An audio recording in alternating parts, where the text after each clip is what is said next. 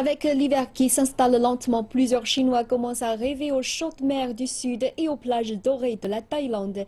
Mais le rêve peut vite tourner au cauchemar lorsque se fait prendre dans une arnaque d'une entreprise touristique peu scrupuleuse.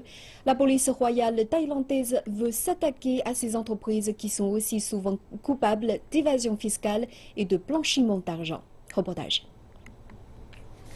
Pour certains touristes chinois, c'est l'un des principaux sites d'intérêt lors de vacances en Thaïlande. Une nuit dans un cabaret avec tous les charmes des danseuses exotiques. C'est coloré, amusant et très différent de ce qu'ils peuvent trouver dans leur pays. La Thaïlande est la première destination pour les touristes chinois. Un peu moins de 8 millions d'entre eux se sont rendus dans le pays l'an dernier. Plusieurs Chinois viennent grâce à des offres à bas prix. 200 $ pour un séjour de 6 jours qui comprend le vol, le transport, la nourriture de base et l'hébergement.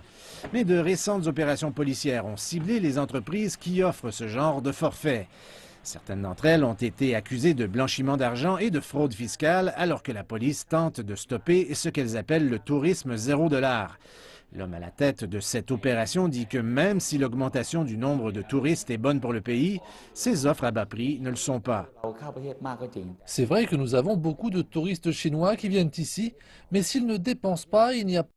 Et ces forfaits limitent les possibilités pour d'autres entreprises thaïlandaises. C'est la raison pour laquelle nous avons besoin de sévir contre ce genre de pratiques. À quelques pas de l'aéroport, on peut voir comment les choses fonctionnent. Des dizaines d'autocars saisis par la police lors de l'opération.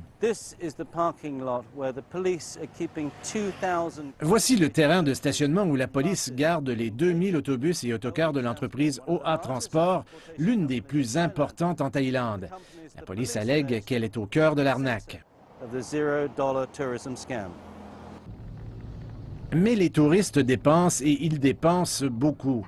Nat, un guide touristique thaïlandais, nous a montré quelques-unes des zones où les voyages organisés se rendent. Elle nous a demandé de cacher son identité. Les boutiques, les restaurants et les spectacles, tout est contrôlé par les compagnies.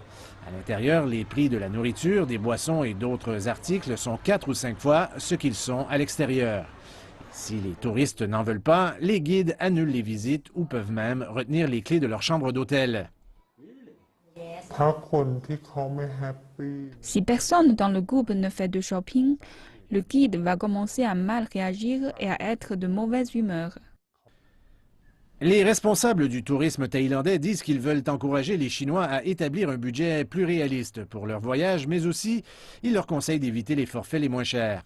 Une visite au paradis, après tout, cela ne se fait jamais à rabais.